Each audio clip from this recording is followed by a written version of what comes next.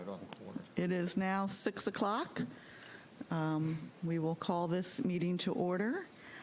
Thank you to staff who's here to support us tonight, and I'll ask Joyce to call a roll call, please. Member Allen, She is not in attendance. Member Bryan, Here. Member Philpott, Here. Alternate Member Brower, Here. Alternate Member Ortiz Morales, Here. Vice Chair Novick, Here. and Chair Northey. Here.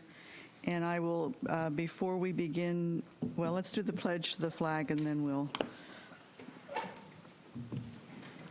Okay, Chris, you want to lead us? Yes, ma'am.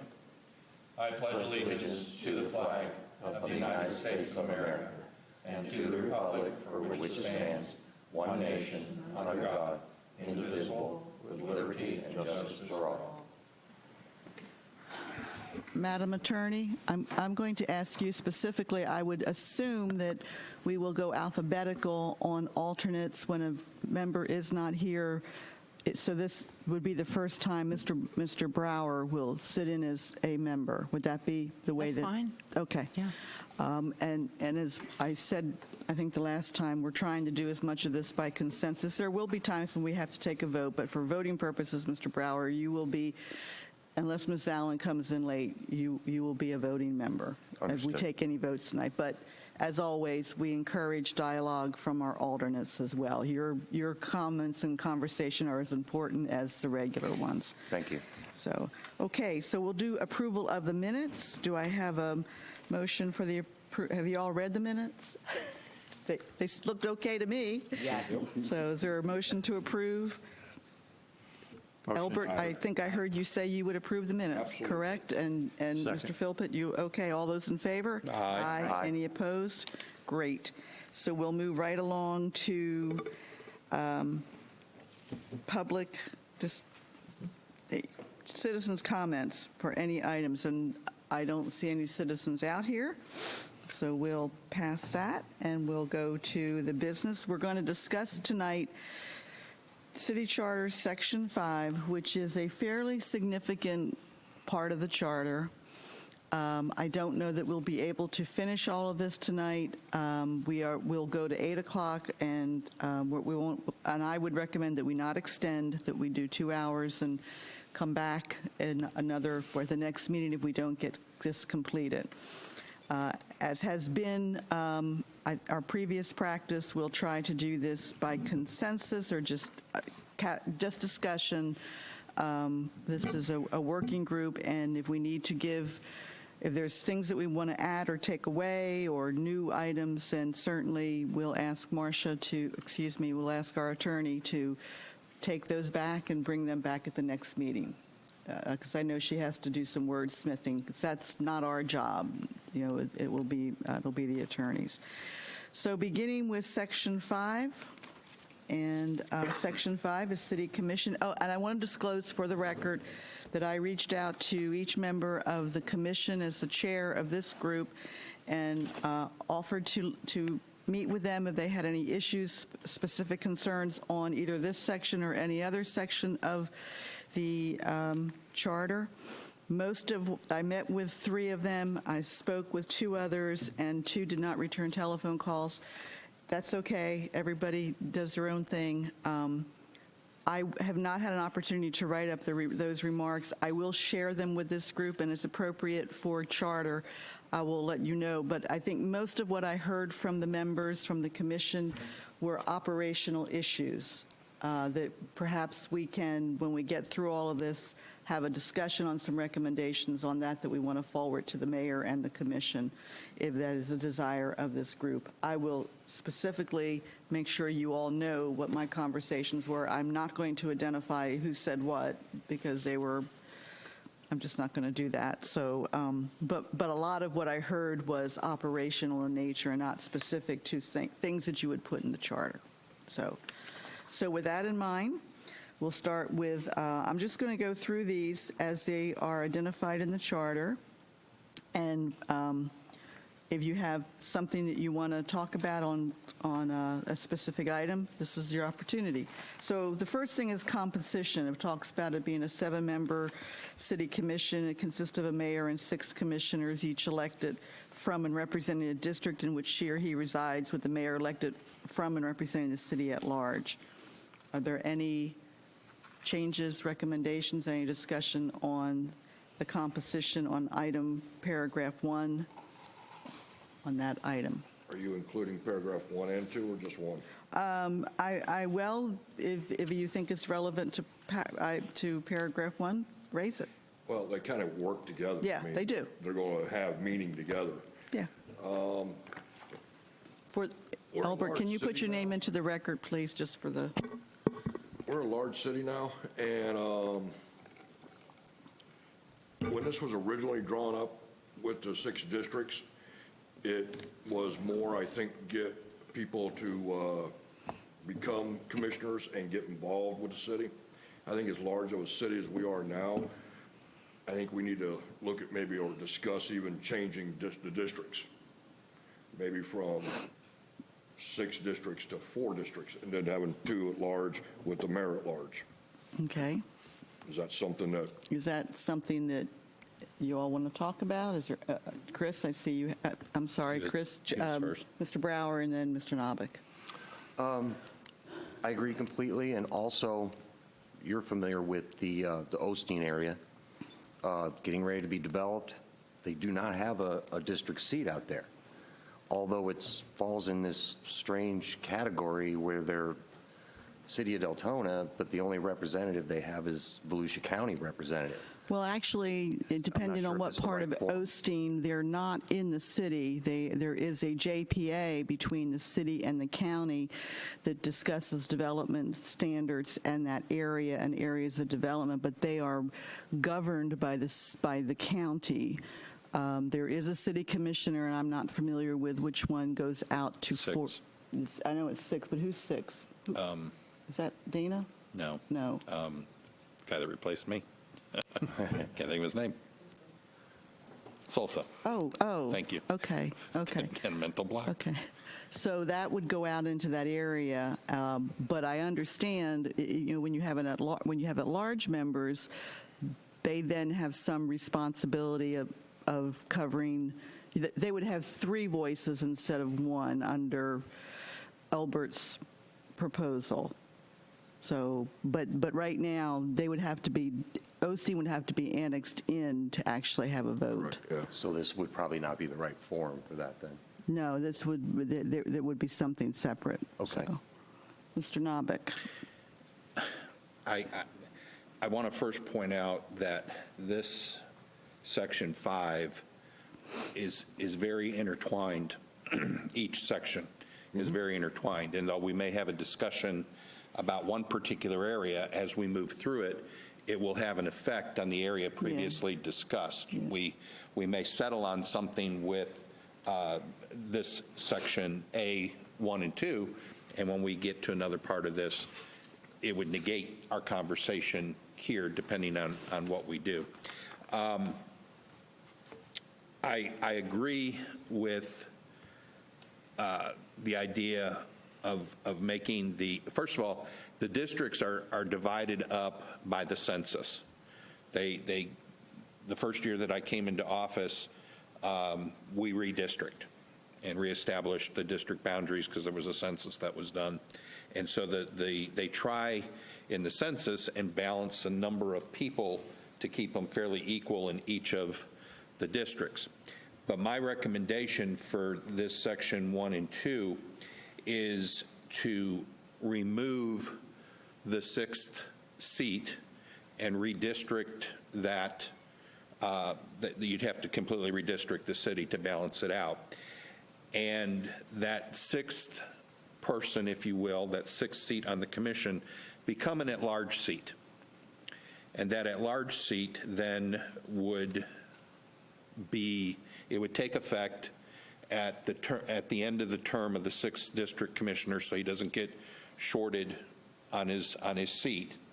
But that 6th seat would become at large, and it would go on the voting cycle of the even-numbered seats. So you would have District 2, District 4, and the at-large seat would be on one voting cycle, and then you would have 1, 3, and 5, and the mayor on the other voting cycle. And the reason for that, part of the reason for that is there's some inequity in the fact that if you are a odd-numbered district commissioner, and you want to run again after your term limits, the only seat that you have is the mayor, because it's an at-large seat. If you are a commissioner in an even-numbered seat, like I was, you either have to resign to run for mayor, wait 2 years to run for mayor, or not serve again. So there's a little inequity, and I think the at-large seat helps balance that out. The other point is, and again, as we move through this, you'll see what I'm talking about, how one thing can change something else. I didn't just vote on issues that affected District 6. I adopted a budget that affected the entire city, yet I was only elected by the people that live in District 6. As large a city as we are, I think there needs to be a little bit more citywide representation, if you will, or accountability to the voter up there when we're elected. So the at-large seat would give you that. You would in fact have the mayor, the at-large person, and a district person that would all be responsible to answering to the public for a particular area. I don't think the commission is currently operating exclusively to get projects in their district. Nobody, when I was on the commission, said, well, I'm not voting for that project because that playground is in District 6. I want playgrounds in District 1 or 2, whatever. I don't want to call out I'm not calling out anybody, I'm just giving an example. So by removing that 6th seat and making it an at-large seat, that keeps a 7-member commission, which is good because I think 7 people is a good balance of viewpoints for the amount of people that we have in the city. But it also gives you the ability to have 3 advocates for any particular area in the city. And that's the way the county council does it. The county council has the chair, an at-large member who's voted, both of those are voted countywide, and then you have your five districts that the county's divided up, and it's worked. I think it's worked that way since they chartered, right? Since the charter, yeah. So Elbert is recommending 2 at-large and a mayor. So there would actually be 3 at-large positions and 4 districts, if I understand. Yeah, the one reason I'd say 4 is because it's easier to redistrict when you do have census.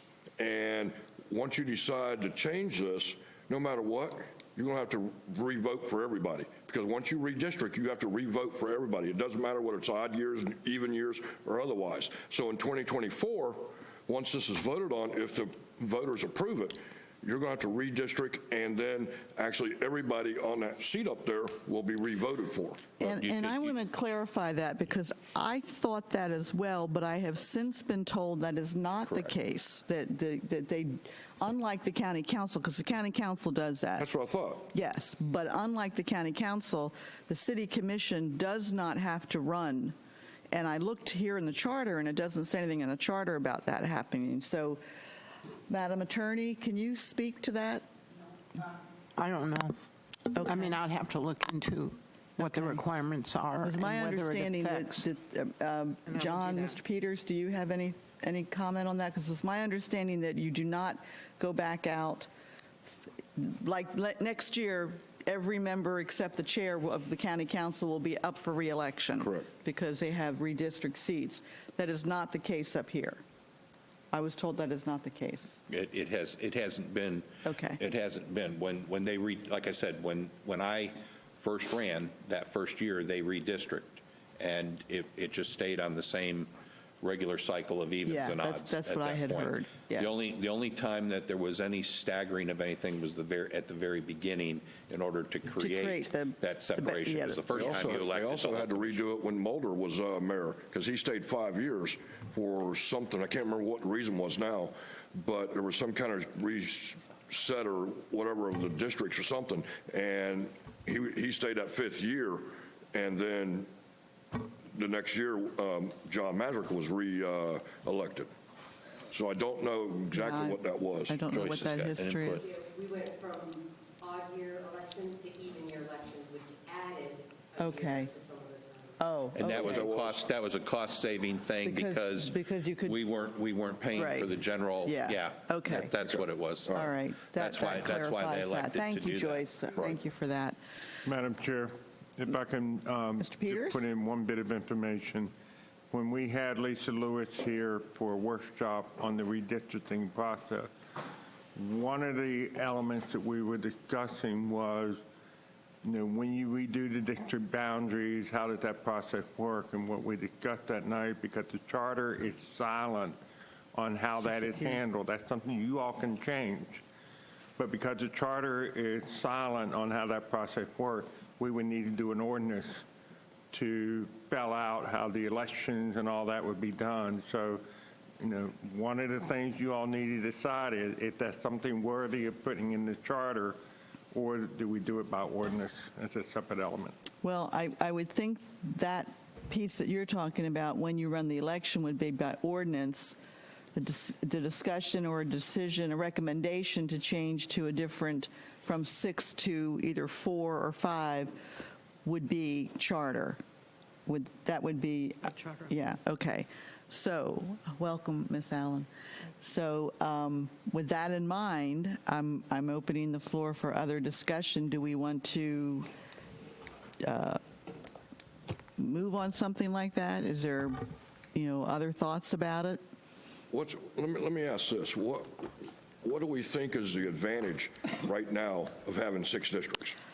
I happen to, I'll speak personally, as in my opinion, I'll speak in favor of both of, I would go to either one of your scenarios. I think the more at-large positions you have, the better representation for a city, because you're more in tune to, the city is a small, compact place, and you're more in tune to listening to what everybody around the community has Well, to say. So, If I can, Madam Mayor, not Madam Mayor, I am so sorry, I'm so used to saying that, Madam Chair.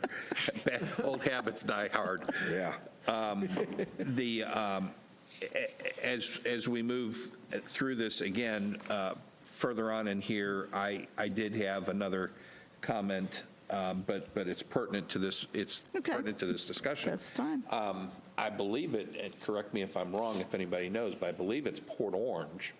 If you go to the model ordinance that's in here, one of the alternatives is to have a requirement that a commissioner lives in a particular geographic boundary in the city, but they are all They elected. all elected at large. At large. Right, yes. Which is really what I like. And I do, and I I do like too. that. I do like that. I do like that for the reason that I stated.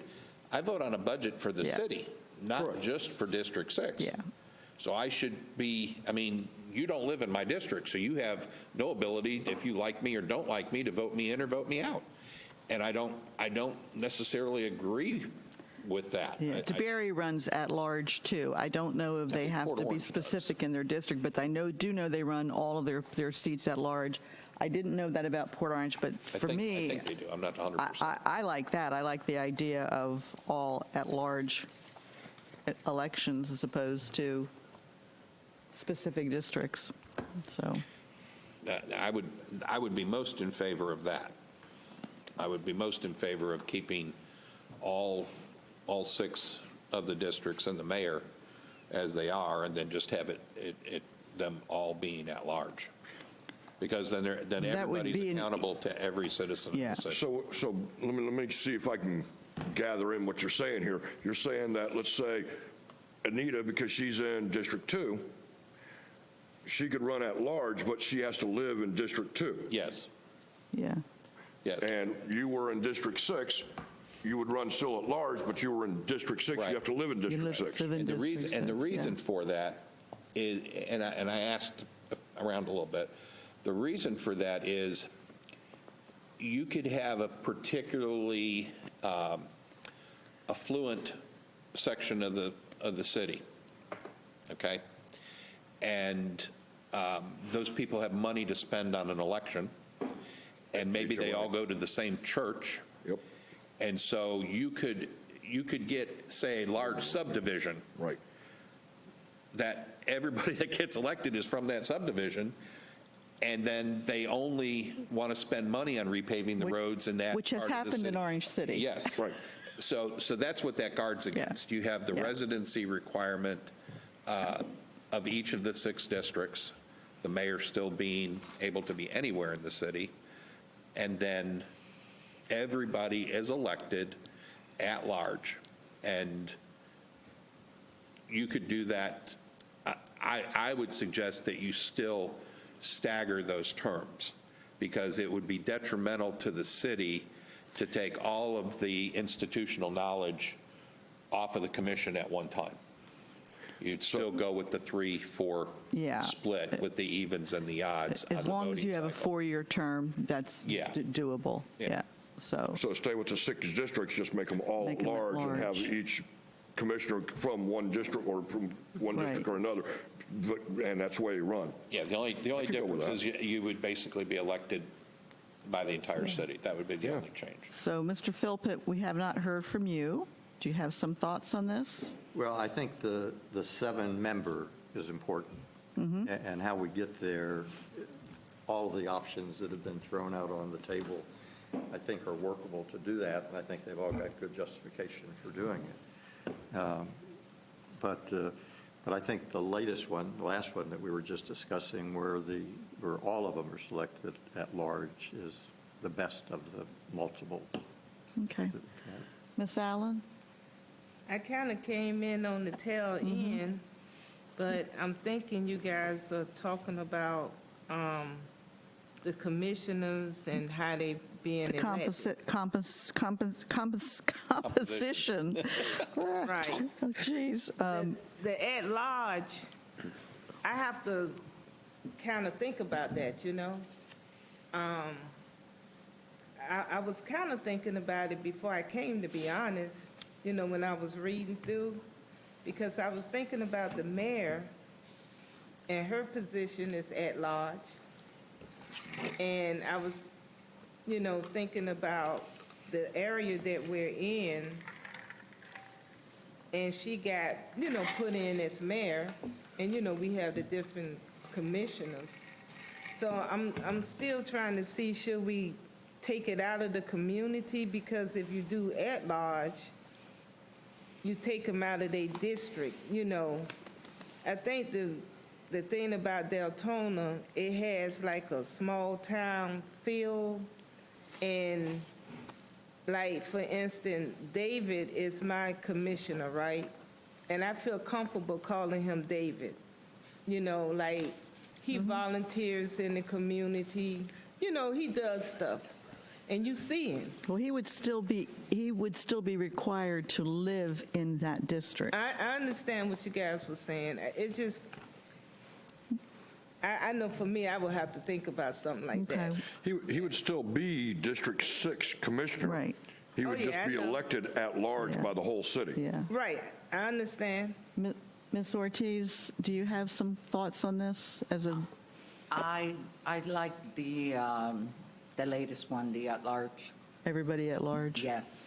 Okay, so we can, by consensus or by a vote, and I'll let that up to the committee, direct the attorney to return some language back that takes them from district representation, elected district-wide to elected at-large. Is that some, we won't? That works.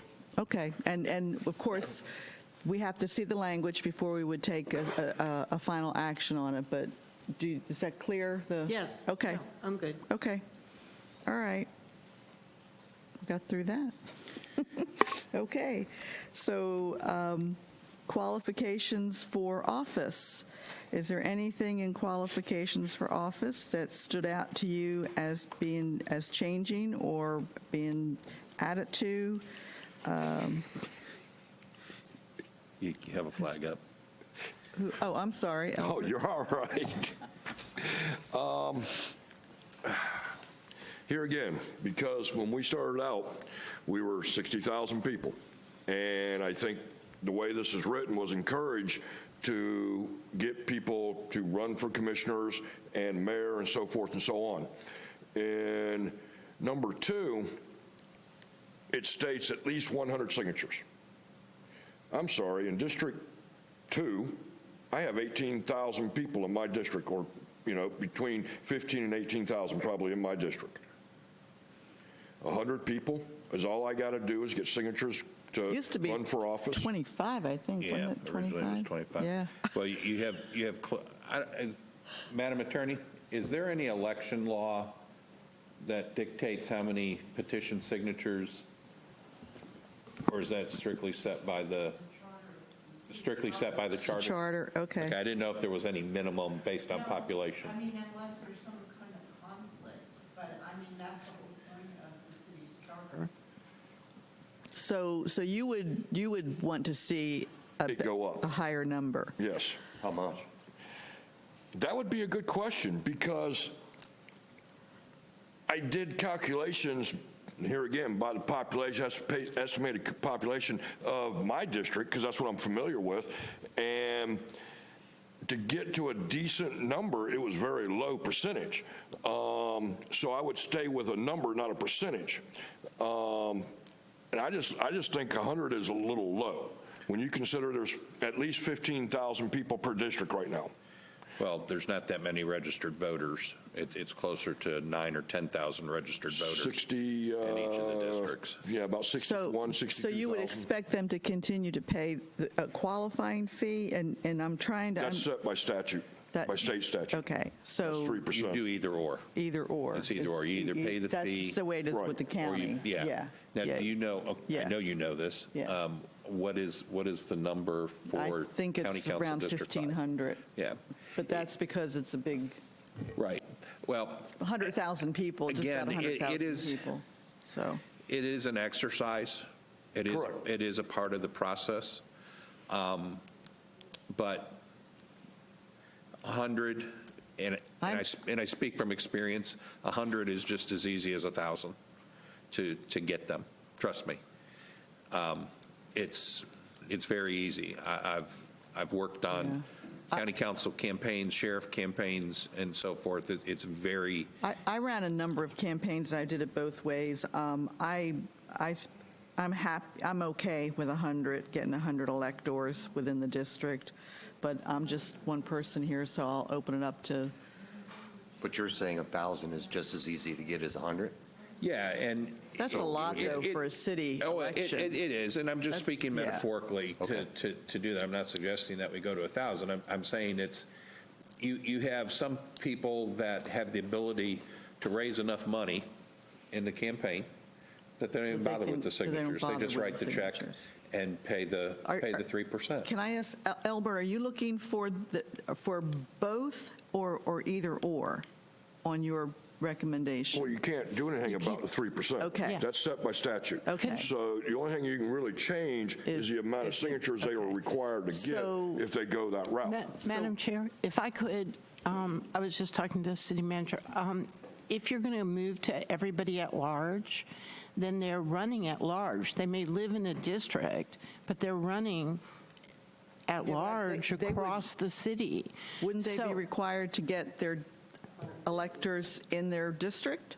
No. I mean, to me, if Not you're if going you're to running go at for the large. other one, they need to go to move together. I mean, Right, yes, yes. Well, But that you only already take- have a mayor that That only takes has it it to 150. 150. Yeah, that only takes it to 150. So would it be, let me propose this, because we don't know what some of the others are doing, if we could ask staff to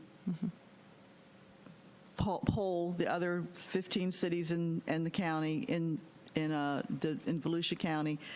We hold this until next meeting and come back with that Sure. information Yeah.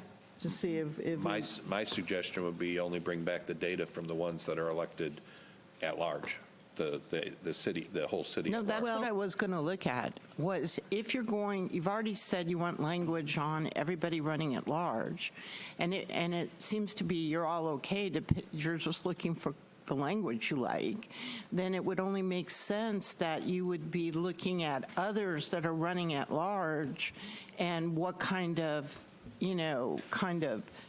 numbers are they requiring on a petition? I mean, they go together, the pieces go. Okay. So All right. why don't, I'll look and see what everybody's doing, and I'll Okay. bring that back with the language.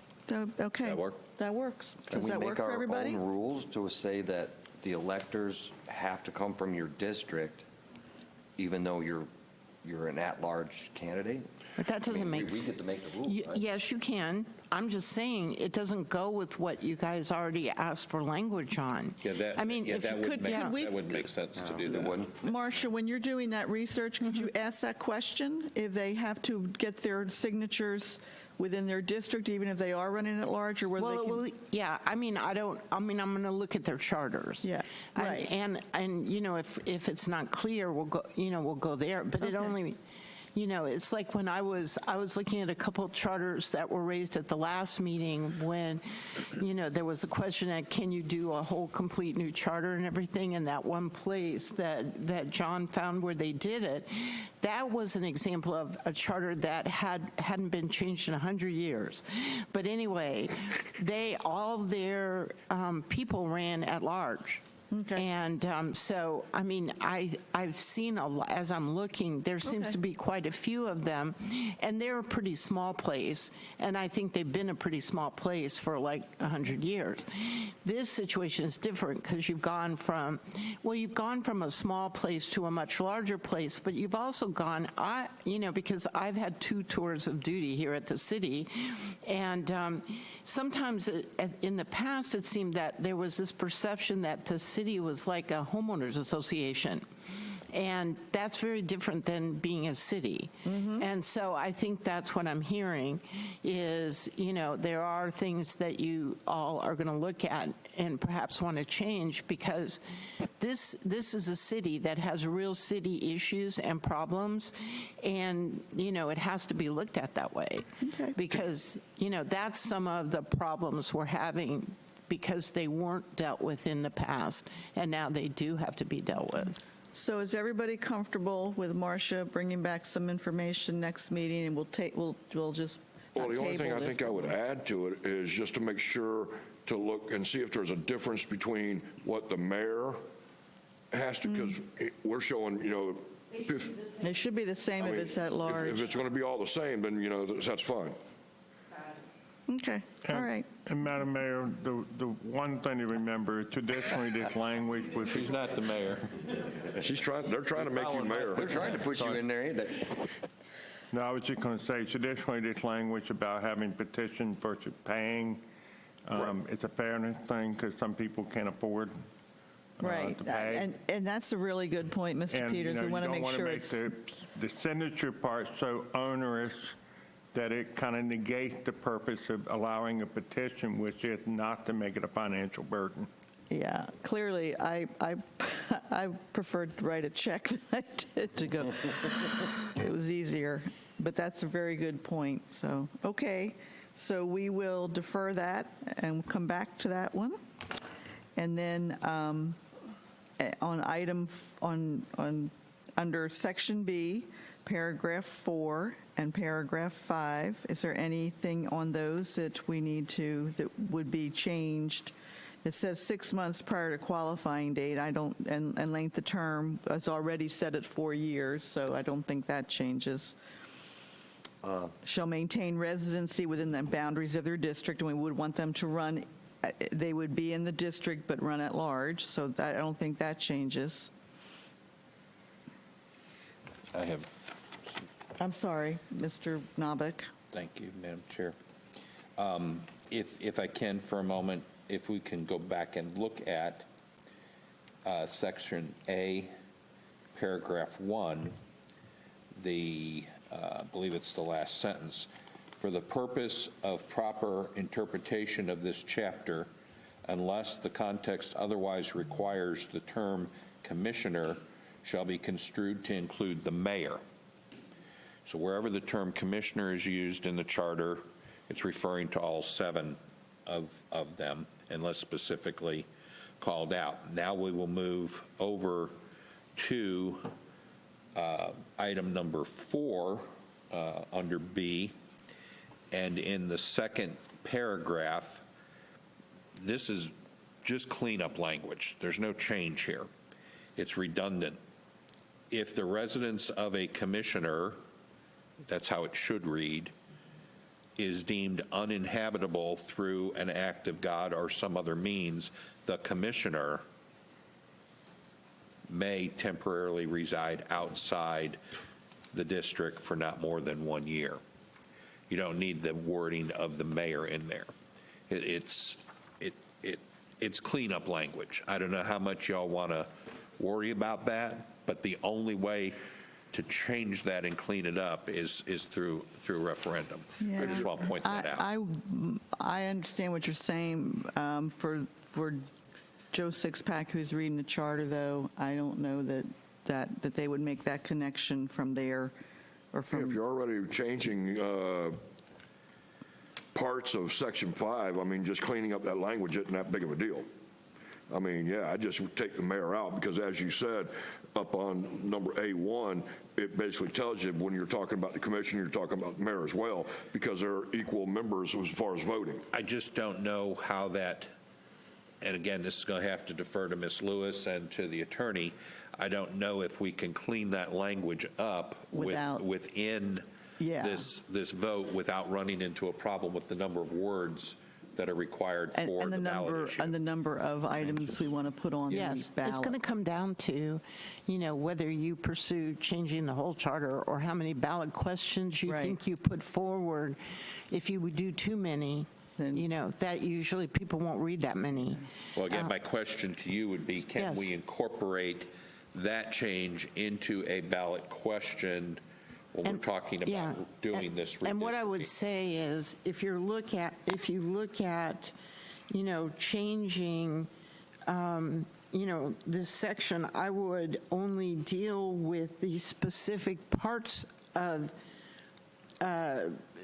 this is Section 5(1), whatever ones you determine you want to change, I can only use that particular section in the ballot question because you have a limited amount of words.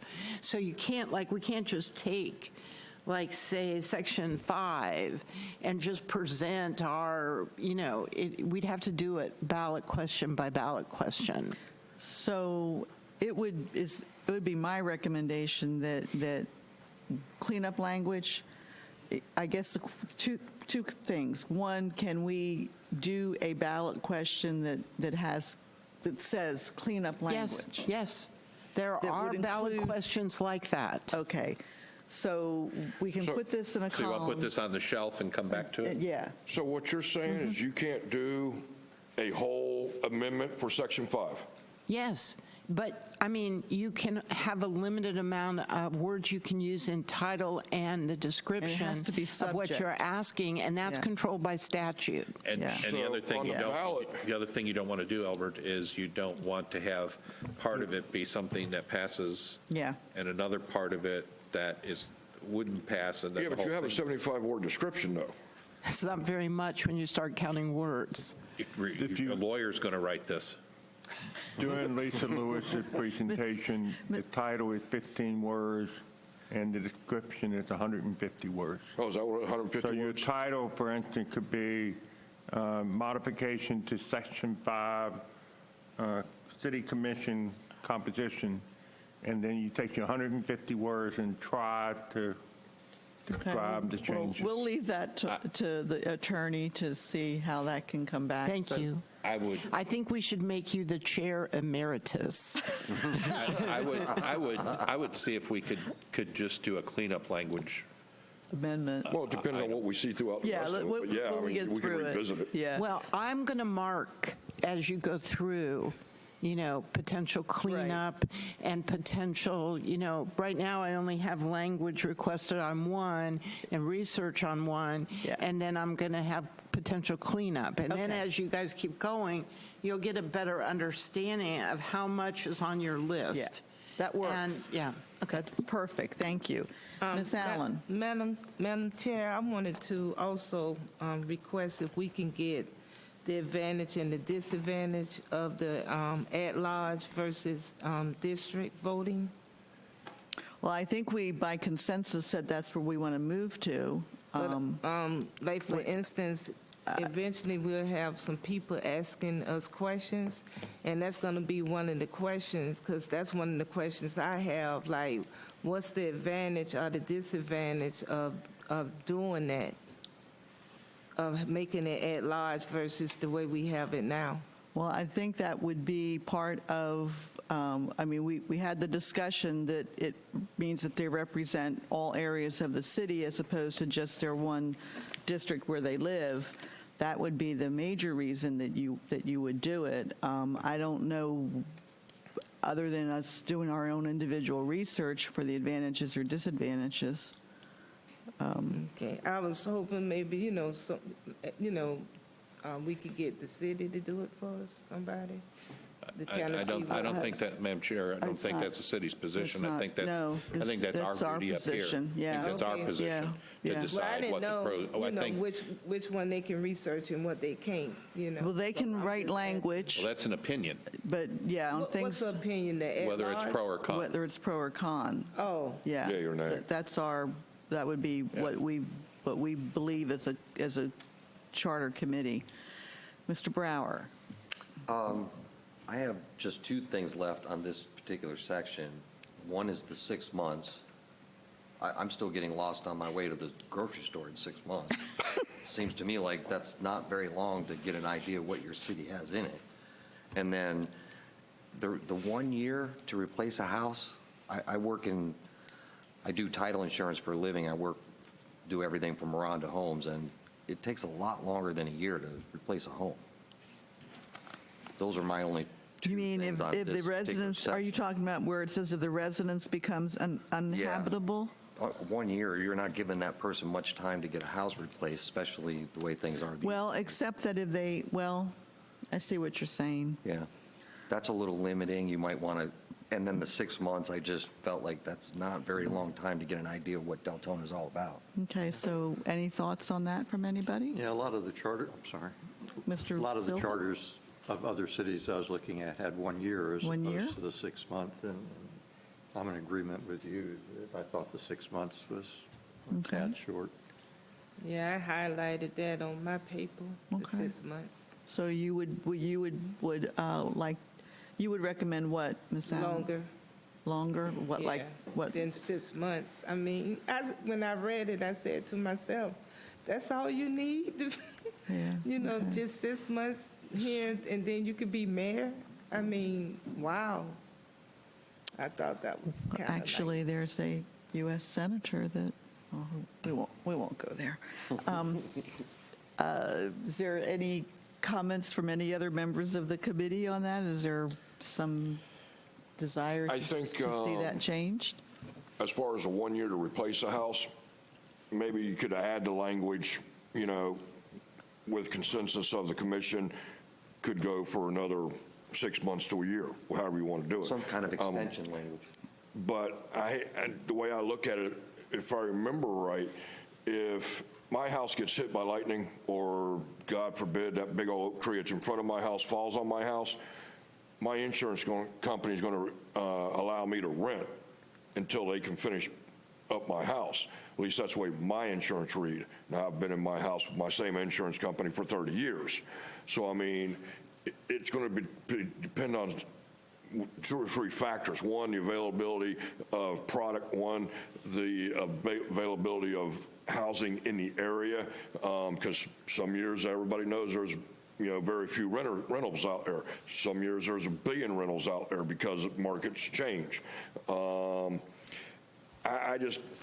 I think the better way to go would be to maybe add the language, that with consent of commission, you could add 6 months to a year or whatever they need to get their house in order. Could that be part of cleanup language, Marcia? Or Not not? if you're adding.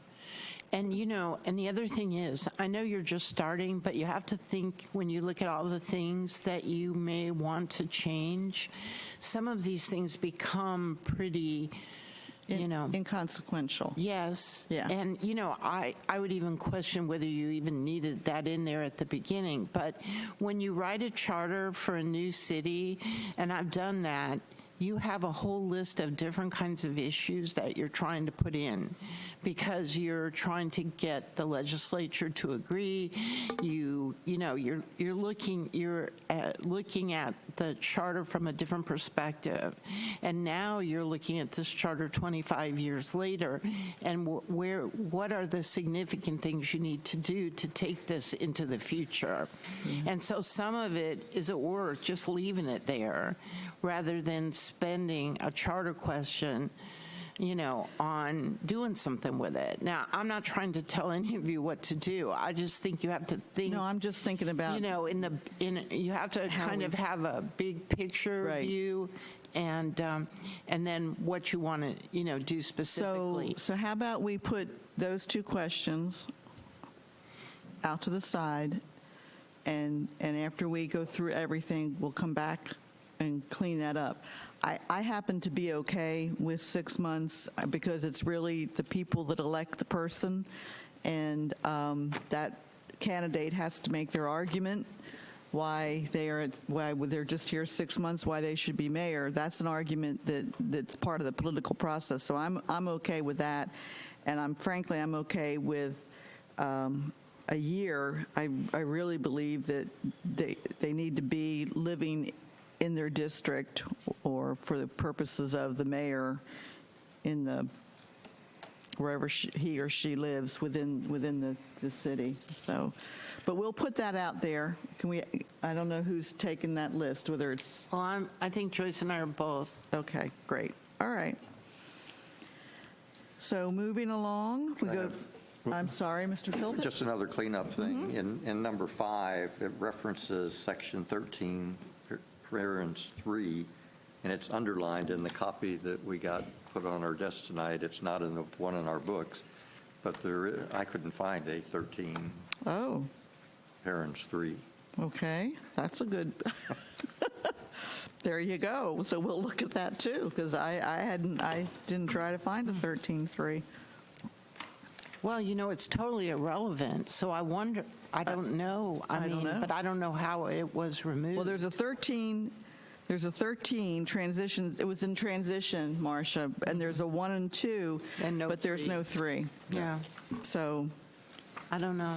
That was for the initial election. Okay, for the initial election following the referendum. Yes. Okay, so that probably can just be eliminated. That's a cleanup. Yeah, that's a cleanup. Yeah. Okay, all right. That's a removal. Good catch.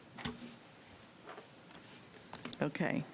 Terms of office shall be 4 years, and they're staggered. And it lists the initial terms, and I read that to mean back when we first became a city, when we first went to, well, we had always had 4-year terms. It was the county that went from 2 to 4. So, and that each commissioner shall remain in office until his or her successor is elected and assumes the duties of the position at the first meeting of the new commission. That, I will tell you, I had one conversation on that particular item about when you take office with one of the commissioners who liked what the county does, where you are elected in November and you don't take office until January. So I'm just throwing that out there for the benefit of discussion. Is there anybody who wants to see anything changed in that? Well, can I ask a real Albert? quick question? Sure. Because we're going to look at going to At all large. elected throughout the whole city. That brings up a different can of worms in a roundabout way, because if you serve 4 years as a commissioner, then you could directly run for mayor and run another 8 years as commissioner if you get voted. So you could actually be in office 16 years. Do you want to put any language in there which, what I call, separates it? In other words, a year. Yeah, I would not want to. I wouldn't do that.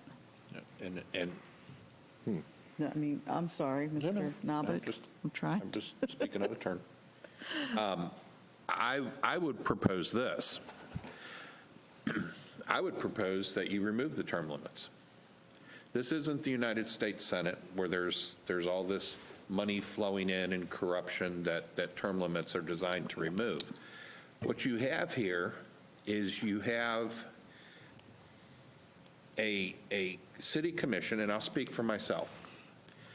When I got on the commission, it wasn't but a few months, and I was asked to be the city's representative on the TPO, Transportation Planning Organization. That, as Chair Northey can attest to, is a very difficult learning curve. It took me the first couple of years to learn how that process of the TPO worked. So what I'm saying is you have commissioners that are coming in and get elected and have little to no experience about how government works and what's needed to get the job done. And there are classes through the League of Cities and through other professional organizations, and the city pays for those. They pay for you to take those classes.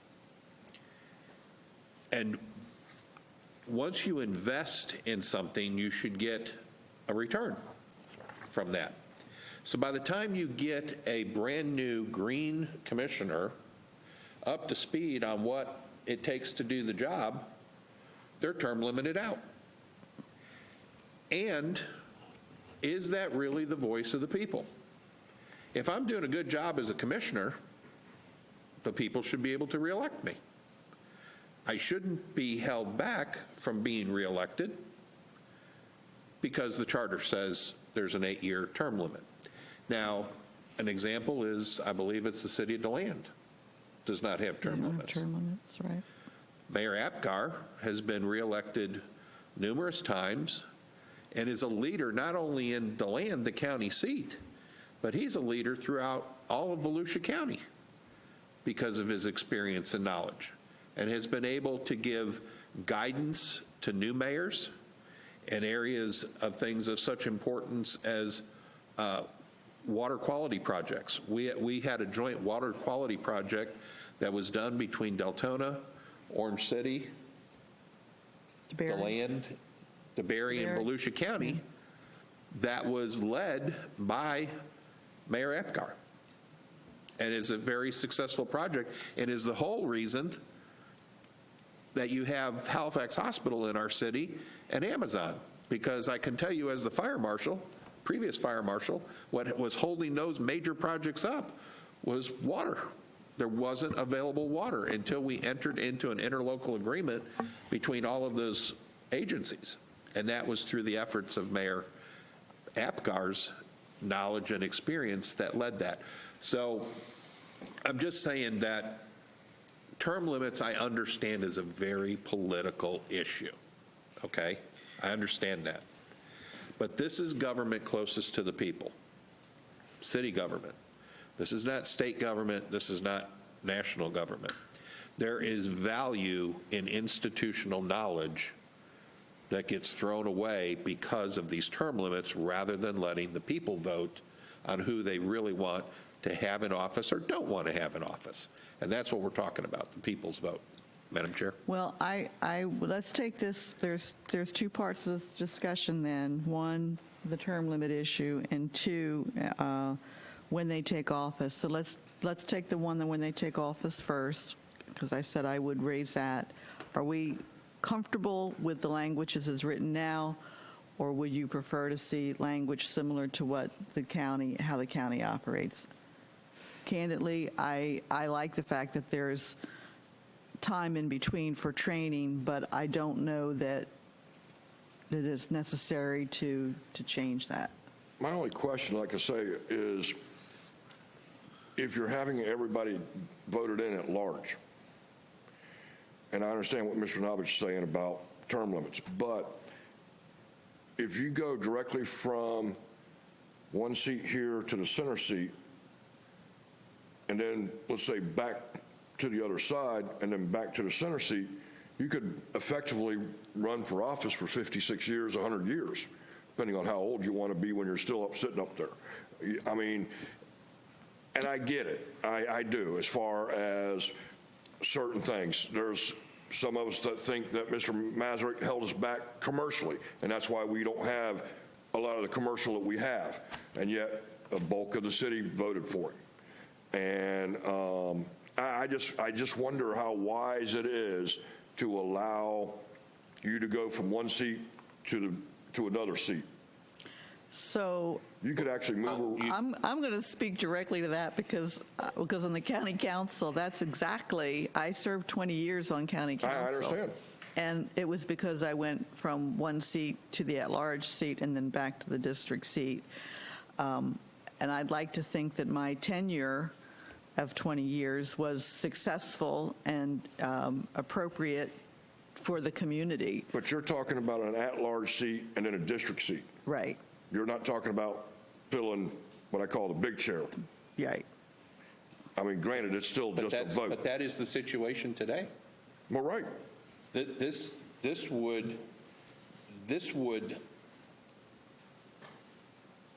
may discourage that from happening.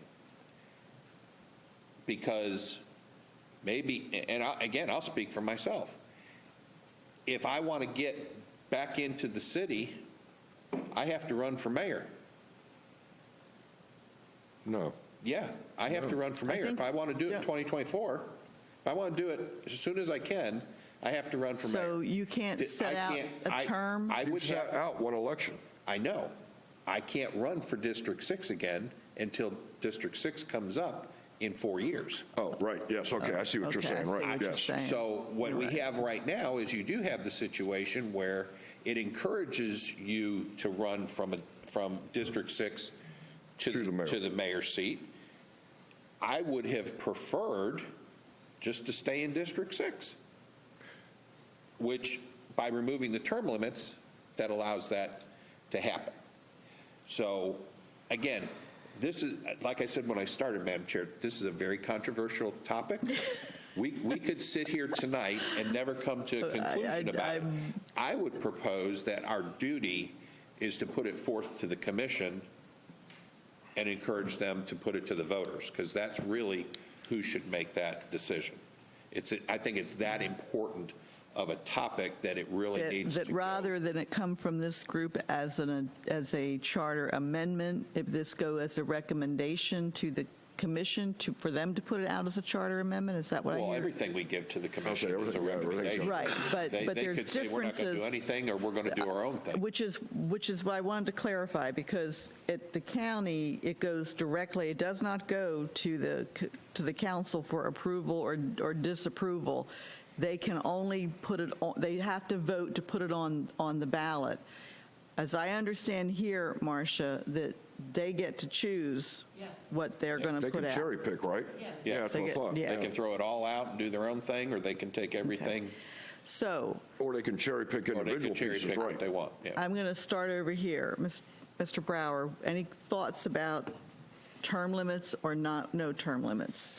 I absolutely agree with the no term limits. I know that's probably not a popular, but I totally agree with Chris. We have a specific community, and that knowledge, I mean, I'm the first time I've ever done anything like this, and coming in green, yeah, Okay. you need people that know what they're doing. Okay, Mr. Philpott, Well, I'm a term limits guy. you are a term limit guy. Yeah. Okay. Chris, you are I'm not. for removing them. Okay. Mr. Bryan? I'm a mixed bag, to be This is real why honest you get with you to on the beg term bucks limits. I mean, here, Albert. to me, the term limits are up to the voters, and that's the way I've always looked at term That's limits. the way I've always looked at term limits, as the voters, yeah. So, I mean, for the term limits, I mean, yeah, I mean, I'd leave it to the voters, Okay, and that's the way I look at it. okay. So you would be in favor of making a proposal to To eliminate change it, term yeah, I limits? mean, why not? Okay, Up to the voters. up to the voters. Okay, Ms. Allen? The voters, but I'm for term limits. I'm sorry, I don't understand that. I mean, you were saying, what would you prefer? Yeah, I prefer You prefer term limits? But Okay. I also prefer that the voters vote what they prefer. okay, okay. I'm just saying that if I was voting today as a voter, I would vote for term limits, but I think the voters should have the opportunity to To make that decide. choice. Okay, okay. So by consensus, we will look at a language that would eliminate term limits. And this will all come back for a final vote of the committee, but this is just by consensus tonight. Okay, all right. Yeah, And part of and that. so the other part of that was when they take office. Do we want to tackle that, or do we want to let that go? I was just putting a question out there. I mean, it doesn't matter to me one way or another as far as changing it. Yeah, doesn't matter to me either, so why don't we leave that one? I don't want to try and dominate all the conversation. Well, that's what you're doing. I'm sorry. I can just speak from experience. Very little happens with regards to the commission between the election and the first of the Actually, year. it shuts down. Yeah. That's usually what Yeah. happens. The There's very commission little doesn't do activity. anything. The holidays, Yeah, the holidays, so. very little yeah, happens. So I would say we think just leave it the way it is. Okay, all right. So moving on to paragraph 3, powers and duties of commission. Except as otherwise prescribed herein or provided by law, legislative and police powers of the city shall be vested in the commission. I don't think we want to change that. The commission shall provide for the exercise of its power and performance of all duties. That is just general language that I don't think there's anything in that we need to mess with, unless I see someone, okay. The mayor, powers and duties. Same legislative powers as other commissioners, except for they preside at the meetings of the commission, they sign or execute ordinances, and they're recognized as a ceremonial head of the government. And they have no administrative duties other than necessary to accomplish these actions. That's a ceremonial mayor. We okay with that? Okay.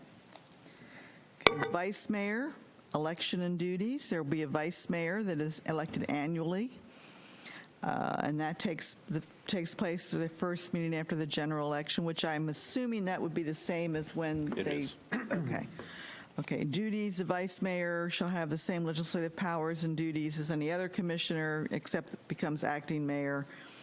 And in the absence. Madam Chair, can I interrupt? Mr. Peters?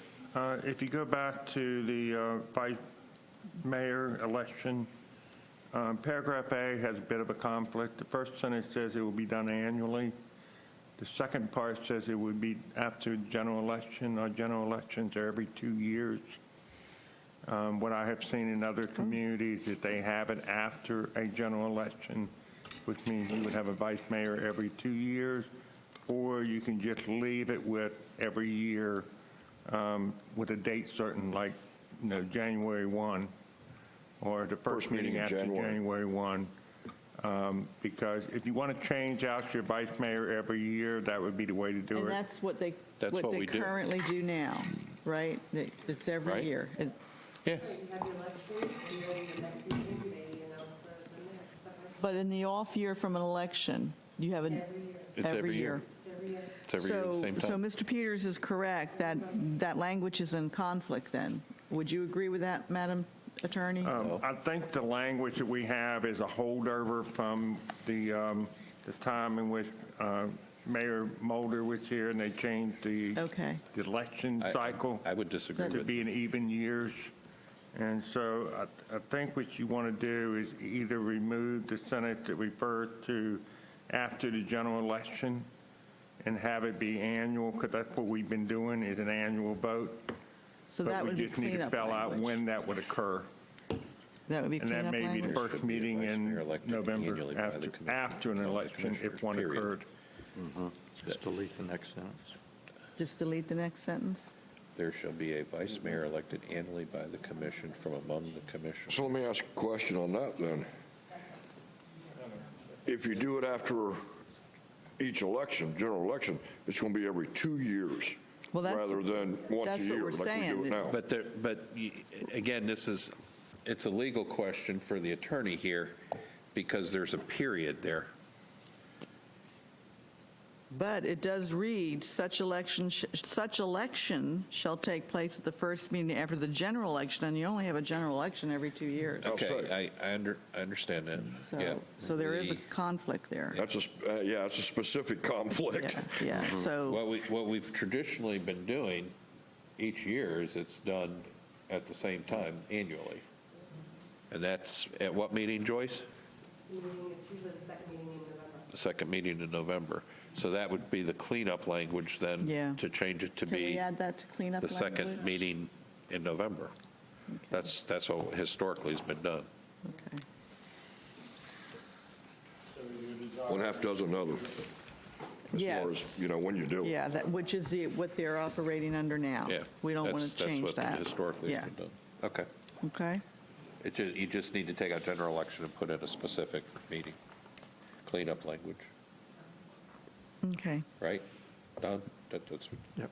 that's what you were saying, right? Okay. Right, correct. okay.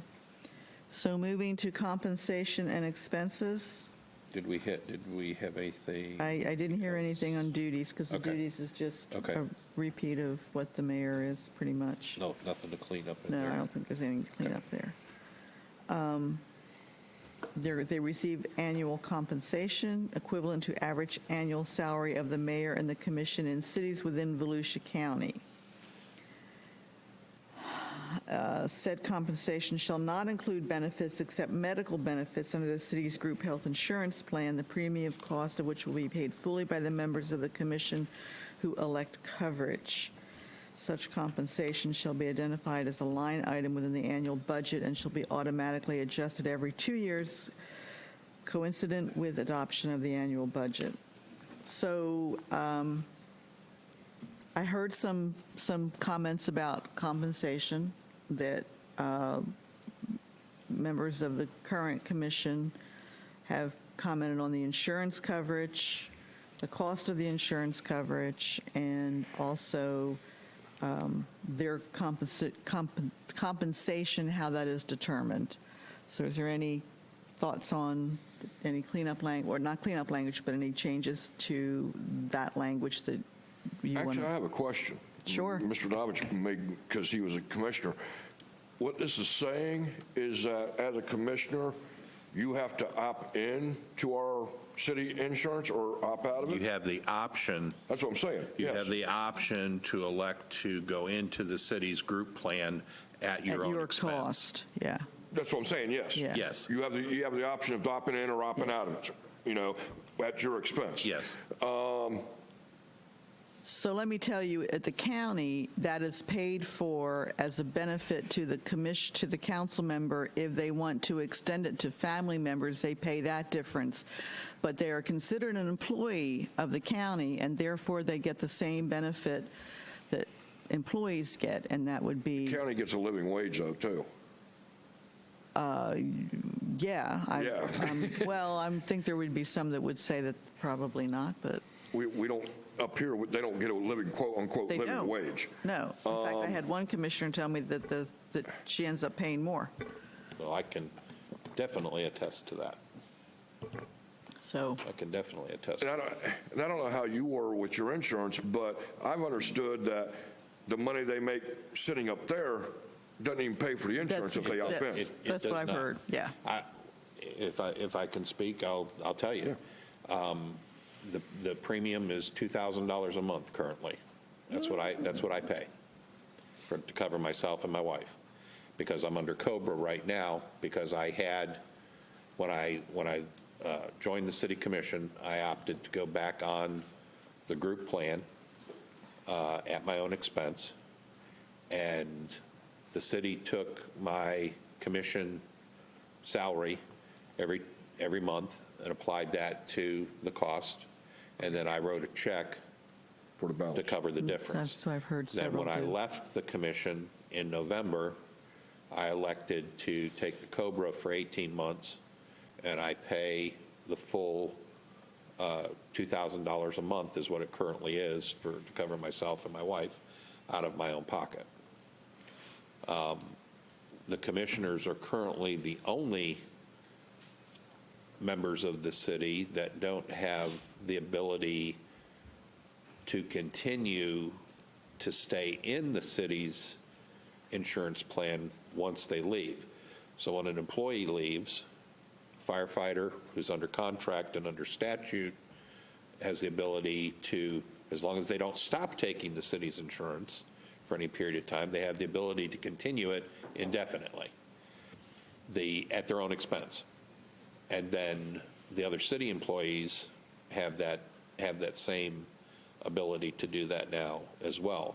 But the commissioners don't have that ability to continue to stay on the city's insurance at their own expense once they leave office.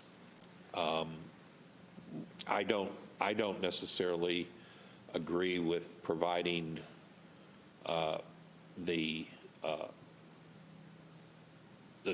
commissioners with the paying the insurance premium because they're the ones that are deciding ultimately who gets the contract for the city's insurance. So I think there's a little bit of a conflict there in my mind.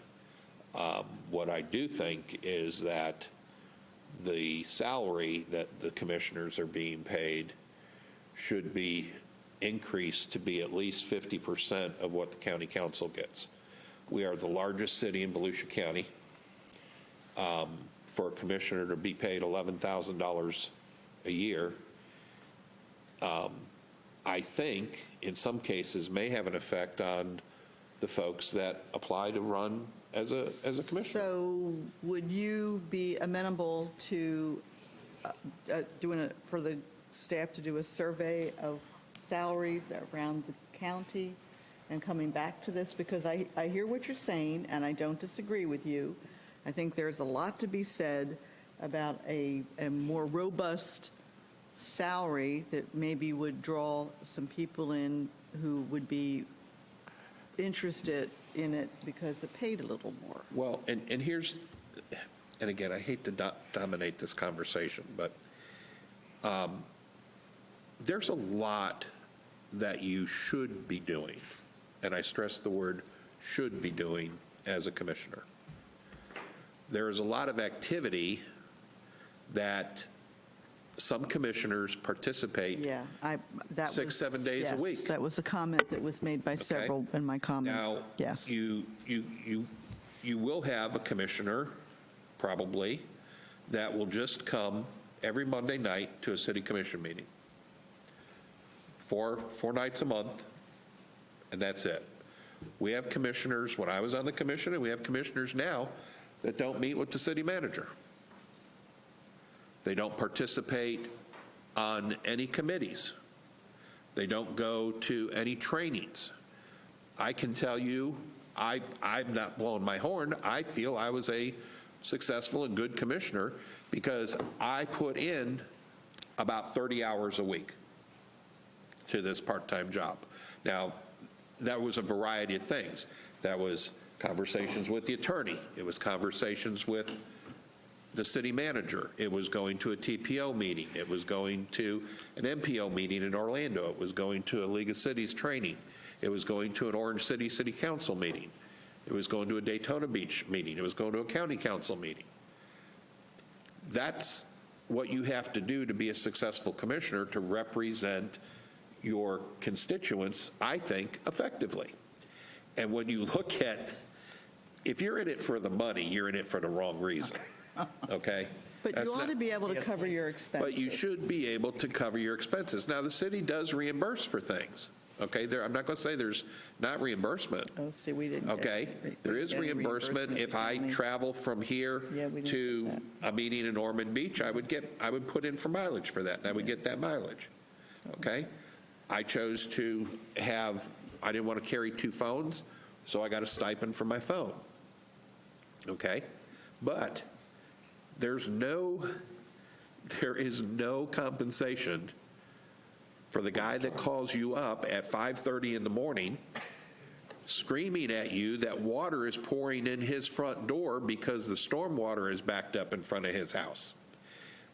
And I was the type of person I'm assuming that happened to you. that, yes, I was the type of person that got out of my bed and got in my truck and drove to that man's house and helped him. So So there's things that are reimbursable and there's stuff that's not. So, Mr. Novick, would you be amenable to having us do a survey that says what they're paid, population, and what that commission is My paid? only question to you, Madam Chair, is do we just want to, when we started this process, we talked about looking at charters from similar-sized cities. Did we want to Okay. look at similar-sized cities throughout Central Florida, or did we want to just We look can- at cities within Volusia We County? can do that. I'm Because open to doing it from cities that say with a population of 75,000 and above. my last comment, though, that I want to make with that is you have some ridiculous commission salaries to the south of us that pay $90,000 a year. Different kind of city, though. It is, okay, but I don't want that to necessarily be factored in when we're looking at this. And then you have Daytona Beach is I believe, There's, 25,000. Yeah, they're 25. And they're the second largest city Yeah. in Volusia County, and that's more than 50% of what the county council gets. But if you're looking for an average, you would have to, because it says here equivalent to the average in Volusia County, you'd have to stick to Volusia County. No, we don't wouldn't you? have, there's no rules here with regards Well, to that. that's what they're doing now. Okay. Okay, and what I had understood from speaking with one of the commissioners was that the staff is the one that did that survey, and they chose whatever cities they wanted to review, and that was not necessarily, I think Mr. Novick's concern is the size. With size comes more responsibility. Right. Yeah, but if I could inject here. Sure. Well, and we're the second largest city in Central Florida all the time. Yeah. But that's what we are. We have a population. But you can be at Daytona Beach. That commission and mayor are faced with multiple bike weeks, the speedway. The issues that they're facing in that community are significantly different than what we're facing here in Deltona in running that city with what's going on. The people that are in De Leon Springs, that commissioner still may be coming out, as you did, to the person that calls and says, hey, my house is flooding here. So I think we need to be careful on sticking strictly to the population that we have Okay. here. You know, So what would you recommend, Mr. Philpott? What would you say? First of all, let me ask the question. Is there interest in advancing discussion on compensation generally? Do we, Yes. Yes. do I see? Yeah. Yes. Okay. So Are you with that. shaking your head, yes? Or are you just twitching? I'm debating with myself, to be real honest with you. I couldn't tell if you were twitching or shaking your head yes. So with that, we will advance the conversation, and Mr. Philpott, I understand your concern, but I've also heard Mr. Novick's comment. I'm just throwing it out for We're just discussion. trying to figure out what should be the. Sure, and I understand that, Yeah. but I'm saying, I don't think we should just all of a sudden say, gee whiz, we've got 95,000 people here in Deltona, and so we need to look So that we at are the that. same as. Because we're not the same as Right. Deltona, or Daytona Beach. All you right, know. I see staff Yes, ma'am. wanting What I to was gonna- weigh in on what- that, so Mr. Peters. What I was going to offer, based on what I've heard, if we will do a survey, it will have 4 columns. There'll be population, is it urban or suburban, pay, and the 4th column is the pay covered by charter or is the pay covered by ordinance? By ordinance. Because there are some communities, what they do, if they do it by ordinance, Yes. it does not take effect until after After the the next next election. election. That way, the current commission is not voting for their own pay raise, they're voting for a future commission. So there are a lot of communities that do not put it in the charter, they do it by ordinance. And so we will do those 4 columns. Are we all good with that? I would add one more. Mr. Elton? Thanks, Albert. I would add the fact that you need to look at commercial density, because you have to remember that here again, we're 80% residential. We're 10% commercial. And you need to watch how you push the pay here until you actually have something to compensate it Kind of for. Mr. Philpott's Would it comment. be better than, I'm on your train of thought, would it be better to get them in the survey to give us what their annual budget is? Would that be a better indicator? I don't know. What do you think, John? Well, yes and no, because here again, because we are fully residential, during the 2007, 2008, 2009 downturn, we got hit pretty bad.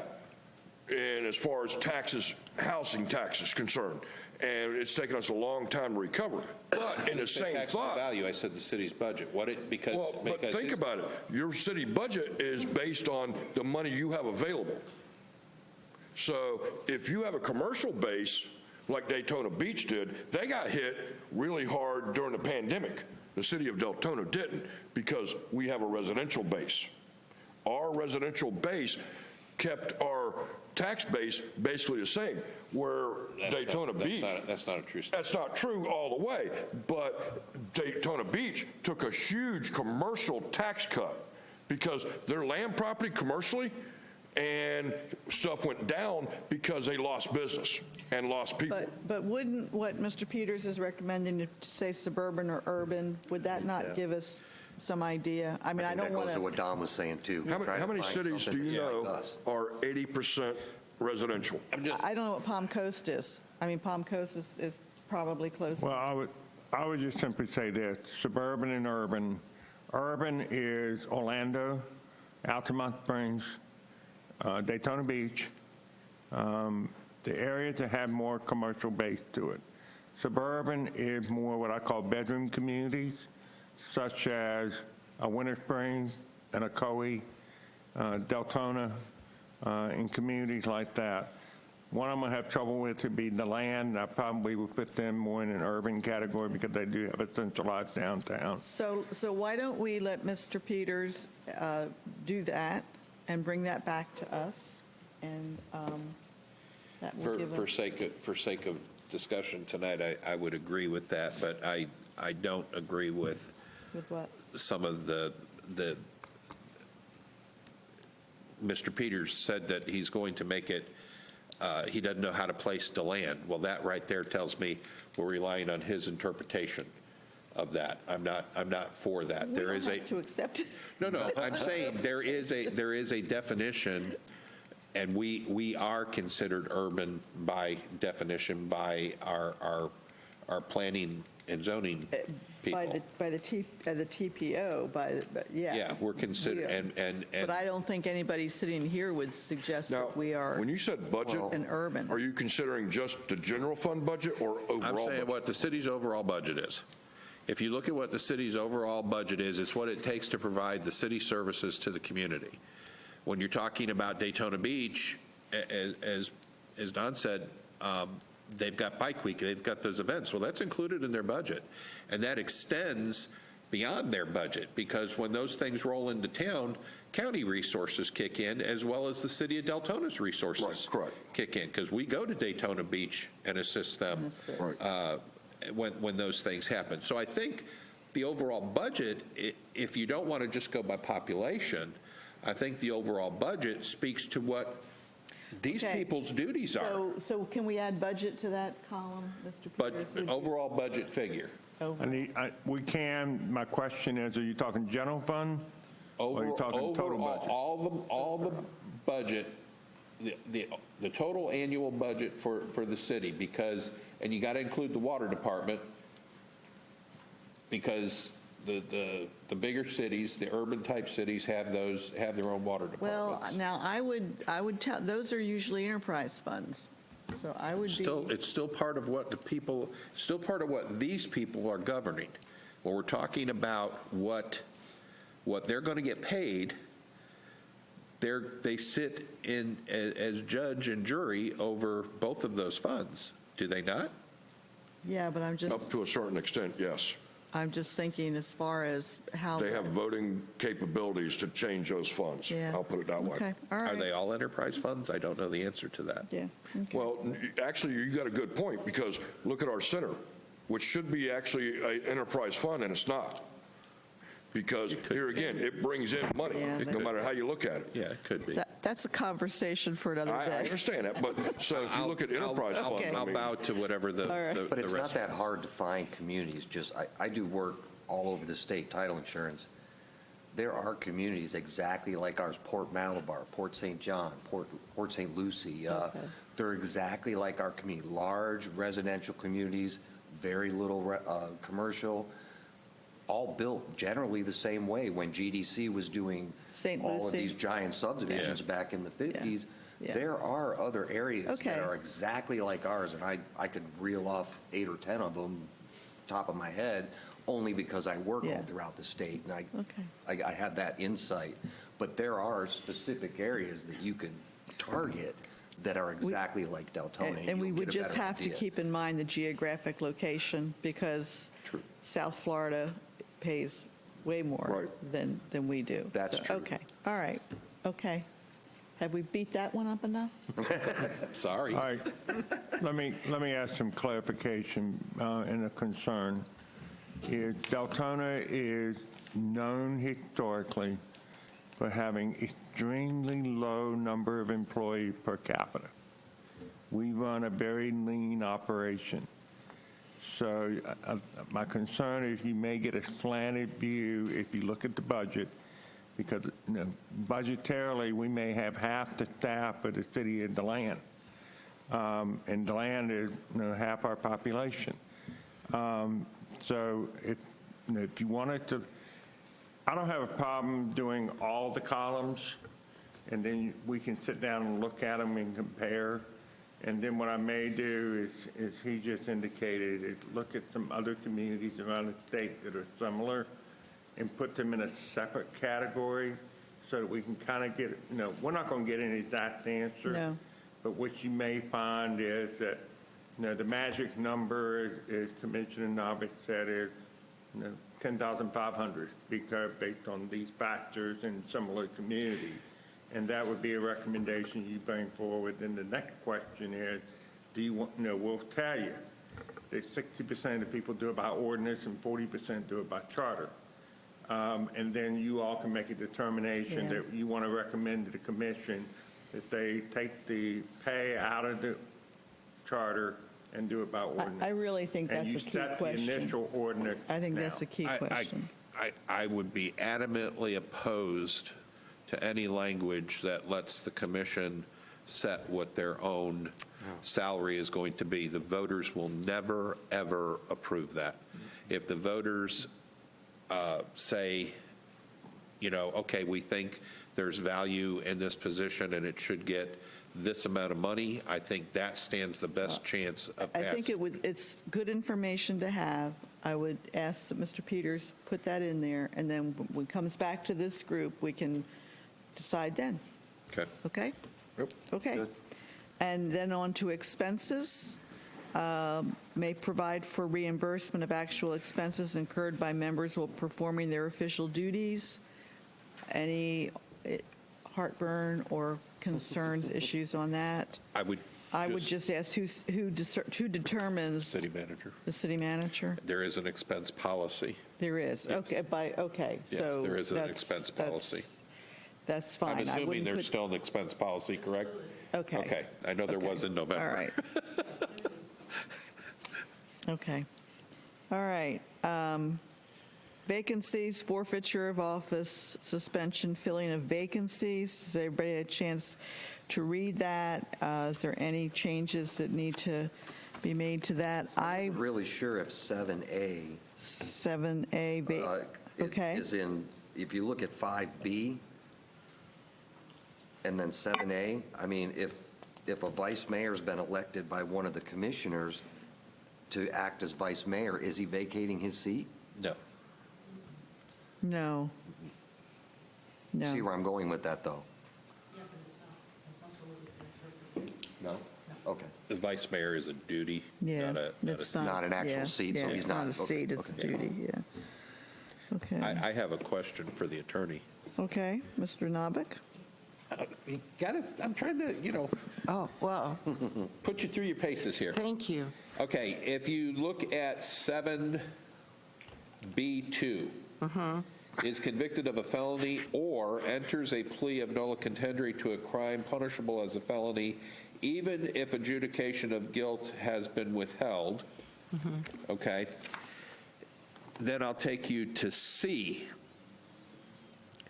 And the language where it reads, Commissioner with any, it's the third line down, Commissioner with any crime which is punishable as a felony or with any crime arising out of his or her official conduct and duties. My question is, that language is here, okay? Those are reasons for removal of office, suspension. Yet, is this a legal question, or is it something that we need to address in this? If they have those circumstances, can they run for the office? Well, Because if they can run for the office and they get elected, and then they have a criminal history that they pled guilty or nolle contendere to something that could have been adjudicated as a felony, then we could remove them from office. Now, Mr. Bryan? there's a difference. And I'll tell you what, to me, what the difference is. Well, I It's posed an my question opinion. to the attorney, but I'll hear yours first. As a 20-year-old, let's say you take and get in a bad situation. You get a felony, and it's what I consider a minimal felony. Felony, what, 3 is minimum?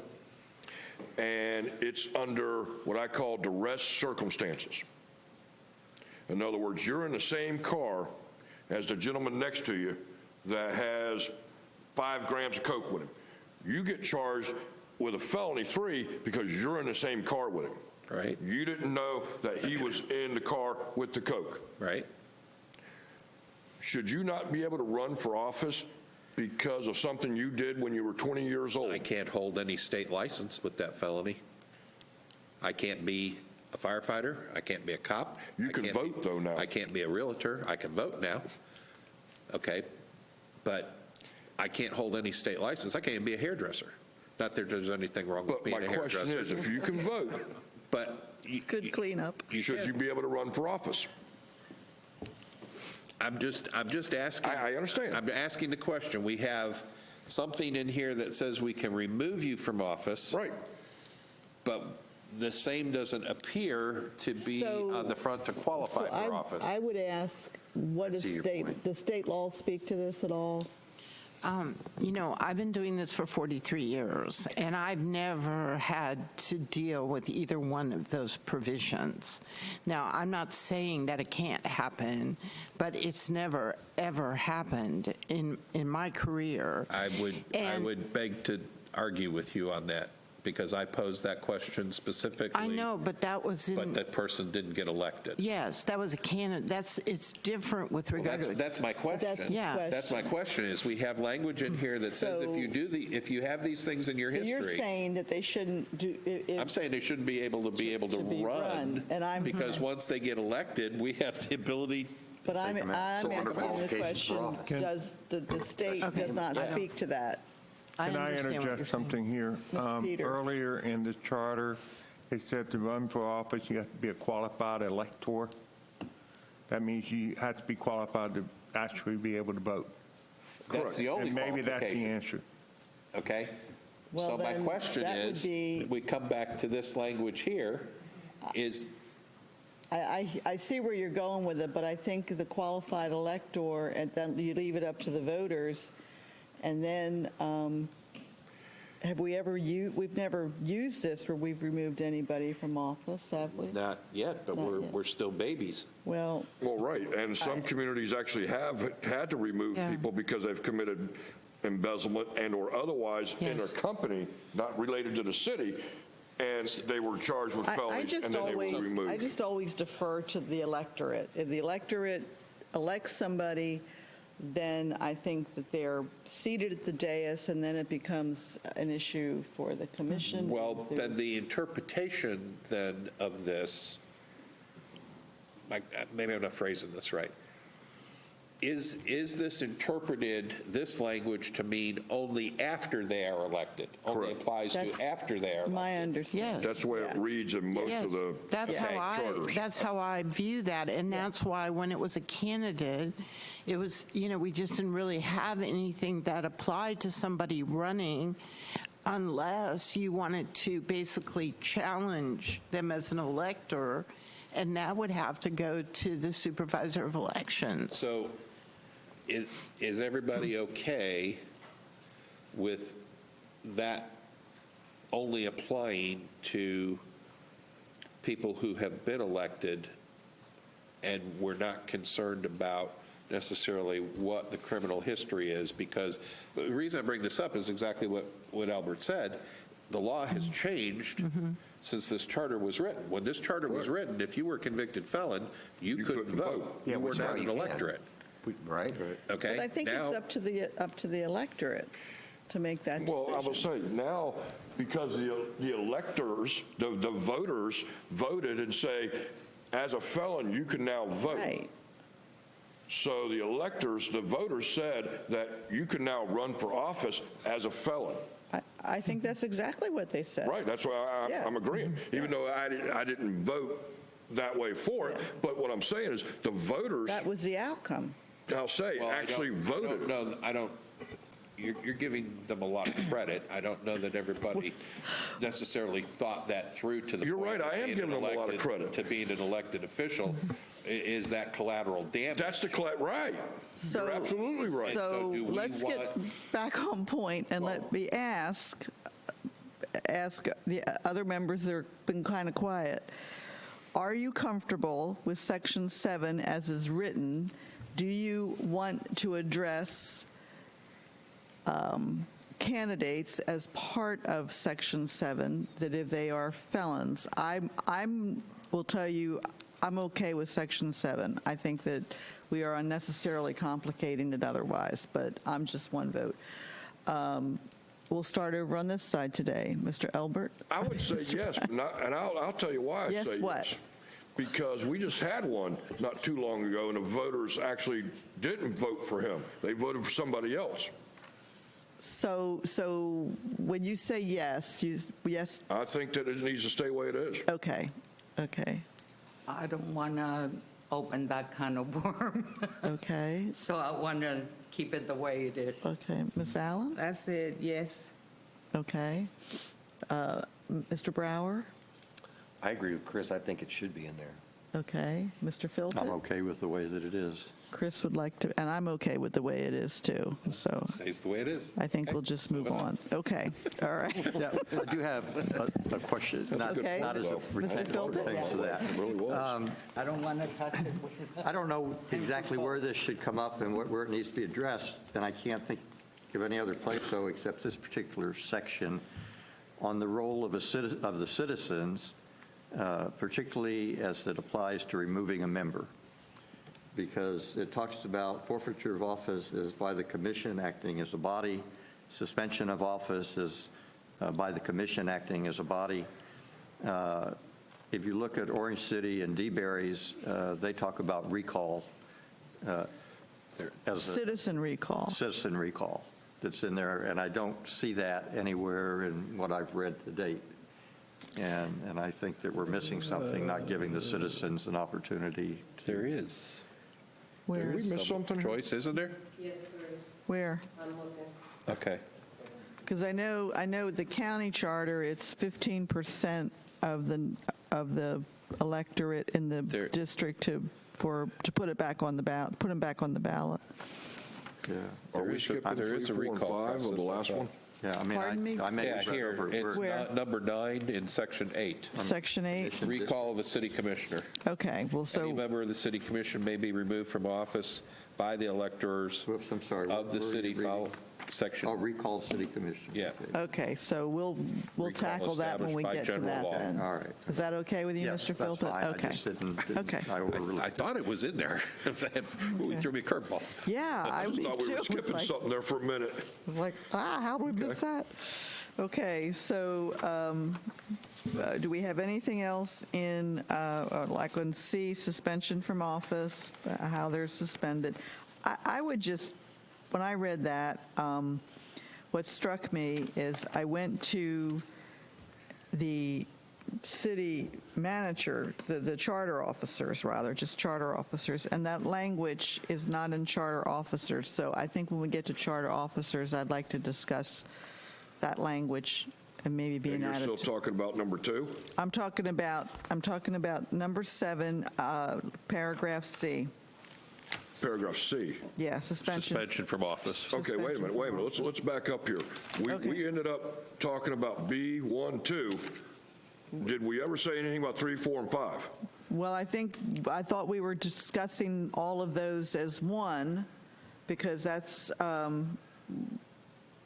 Well, because in number 5 of section B, it states that is absent from consecutive regular meetings without being excused by commission. I mean, I didn't hear anything to talk about that at all. okay, do you want to talk about that? Yeah, that's what I'm saying. Okay, We're skipping ahead I here. thought we were, and I apologize if that wasn't clear, but yes, if you want to talk about something in Yeah, I 4 mean- or 5?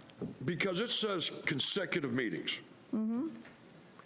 And then it states that Consecutive. excused by commission. Regular meetings. And since I've been coming to these meetings, and I've been to every meeting for the past 40 years, I have yet to see the whole commission vote on excused absence. I've seen the mayor says she's excused. Here's my question. Well, it says 3. They have to be absent 3 consecutive for the commission. But here's my question. Regular. Regular, yes. If you're going to take and put on here 3 excused consecutive regular commission meetings, shouldn't there be some kind of language where it says so many per year? Because I haven't seen one commissioner since I've been doing this miss 3 consecutive, one way or another. I mean, I think it would be rather than 3 consecutive, maybe do 4 per year.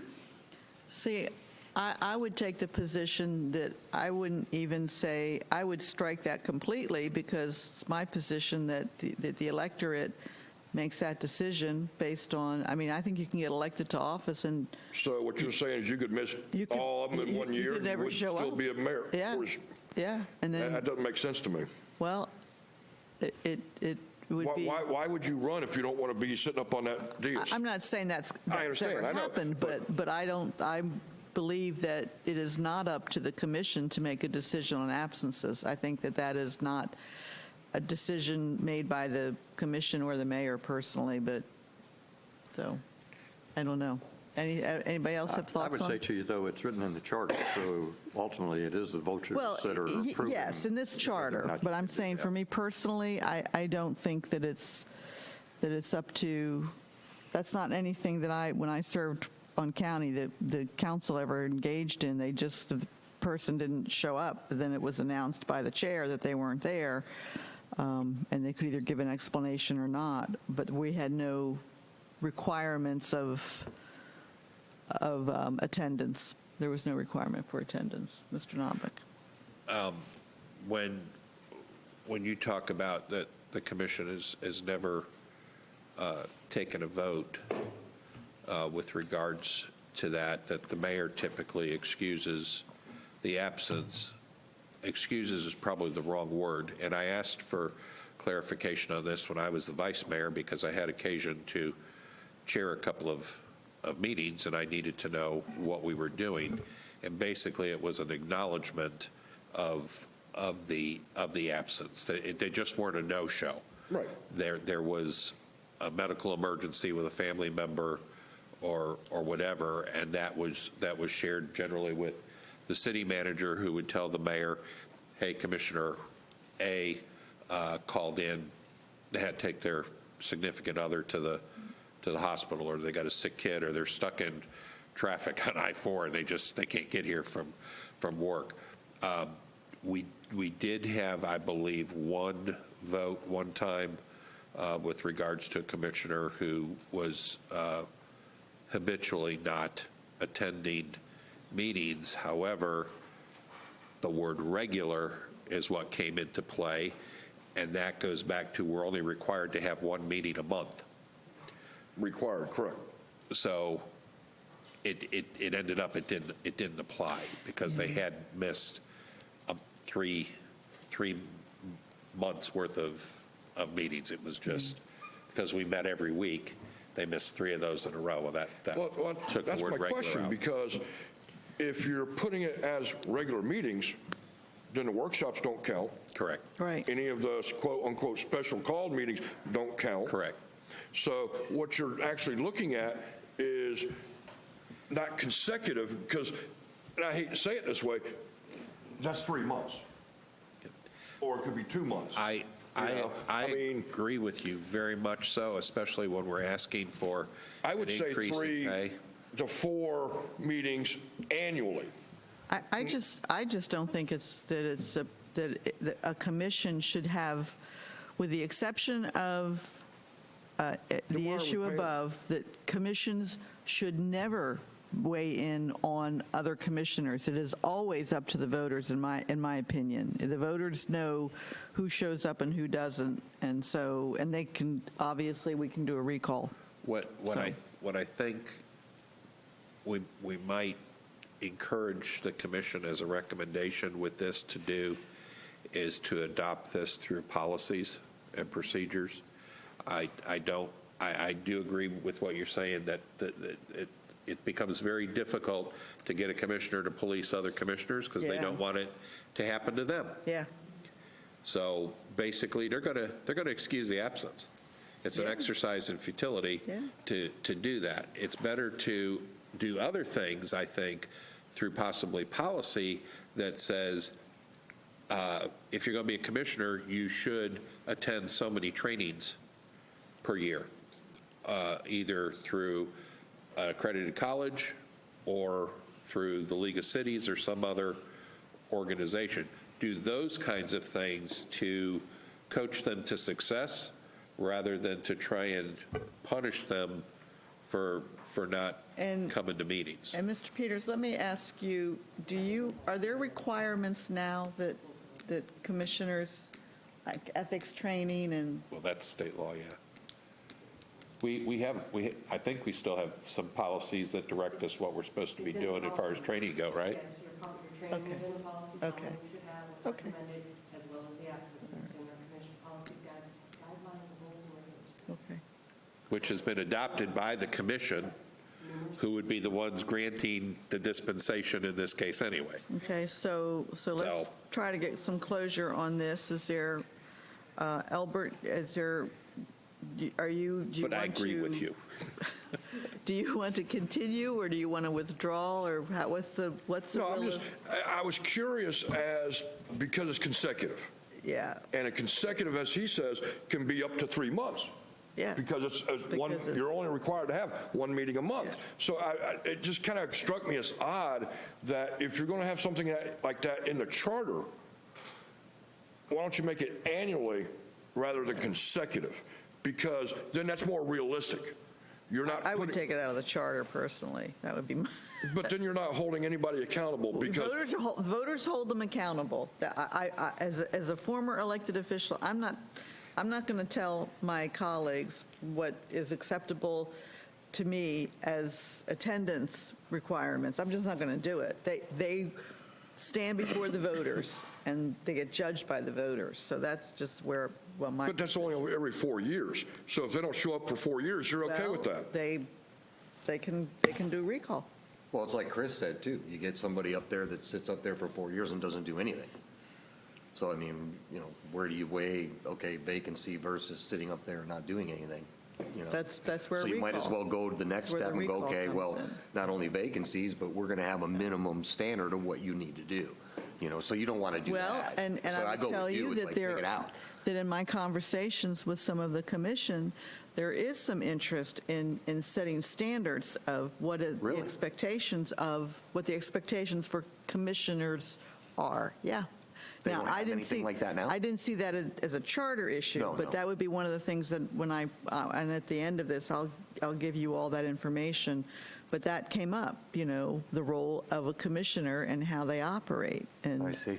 you know, because that exact example was used to me, that there are, by one commissioner, there are other commissioners that don't do anything. So that's where you start getting, Exactly. I just don't think that that's a wise way to go. I think Right, that I mean, let if the you're not doing voters- one, why do the so, other? So yeah. I'm kind of with you, just take it out. Okay. So, how do you feel? I feel great. I am so happy for you. That is wonderful. Great answer. I like that. That was a really good answer, Marisol. But do you see any change in that in number 5 or not? Actually, why don't you give them 3 options? Remove it, change it to 3 annually, No, if it's or already leave being it? taken care of in the rules and regulations. Okay. We don't have to Okay. address it or do Okay, anything. Ms. Allen? I say leave it as it is. Okay, and Mr. Novick? Although I agree with Albert in principle of it, I think the charter is not the place to address it. I think it's in policies and procedures and guidelines, so leave it Okay. leave it the way it Okay. is. Not remove it, just leave it? Just leave it the way it Okay. is. Mr. Philpott? I'm in that same boat. Okay. Mr. Brower? I'd say remove it. Okay. Well, I think the consensus is that we're just going to let that one go. Okay. We are 5 minutes away from 8 o'clock, and the next item is suspension from office, which I think is going to be could be a pretty long discussion. Do we want to end our meeting at that point and come back, when we come back in 2 weeks, pick up from there? Is that good with everybody? Yes. I would rather start that discussion where we got some Yeah, time yeah, that's what to I'm do it. thinking. Yeah. Okay. And then would you want to add any additional items to the next agenda, Madam Chair? Well, Section. we can add section 6, but I really think this is an important section, so we'll focus on this, and if we can get to section 6, we'll add section 6. Is that agreeable with Well, everybody? the only reason I say we may not want to include section 6 at the next meeting, just finish this section, and again, it's up to the group. You may want to have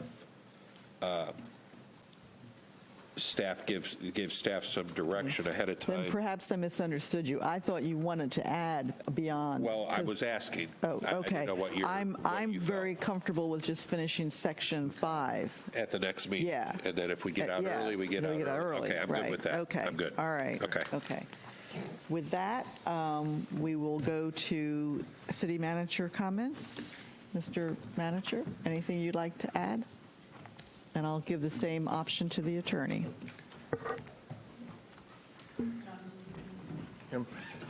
Madam Chair, just to let you know, at the next meeting you all have, you will have a new staff liaison. Oh, is she A coming? new deputy city manager is coming on board on Okay. the 23rd of this month. Okay. Her name is Stacy Kipolo. Ms. Kipolo is joining us from the East Buffalo Village, Pennsylvania. I did not know there was a Buffalo in Pennsylvania, but she has been their village manager for the last 9 years. The last 2 years, she's actually been running the village from Winter Park via Zoom, which is pretty amazing. But we're really excited to have her on board, and she will be taking over Okay. the role as liaison. Well, I we've will be sure to appreciated get all you the the- work that you have done for us, Mr. Peters, and you're offers of assistance have been very, very well received by this board, so thank you for your service, and we look forward to meeting our new assistant, or our new management person. Madam Attorney, do you have any final words? Have we given you too much? Have we given? We know you got big shoulders there, Marcia. Happy birthday. Okay. Is it your Madam birthday? Chair. Really? Anniversary. Sorry, I knew it was something we needed a cake for. 41 years.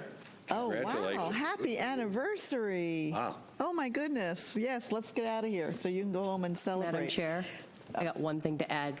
Mr. Peters, do you want to tell them about the email address? Oh, thank you. We did a charter review email address, which is going to, when this is broadcast, it's going to be at the bottom. Great. And then I'll get all the emails, and then I'll forward them to Oh, you guys. that's wonderful. Thank Okay. you. Thank you for doing that. That gives. Can you email me the new email address? Okay. Well, that works out well. So with that, we'll be adjourned until the next meeting. Thank you all for coming out and participating. This was a great discussion. Thank you, staff, for all the hard work that you've put into it. I'm grateful for your assistance. We're adjourned.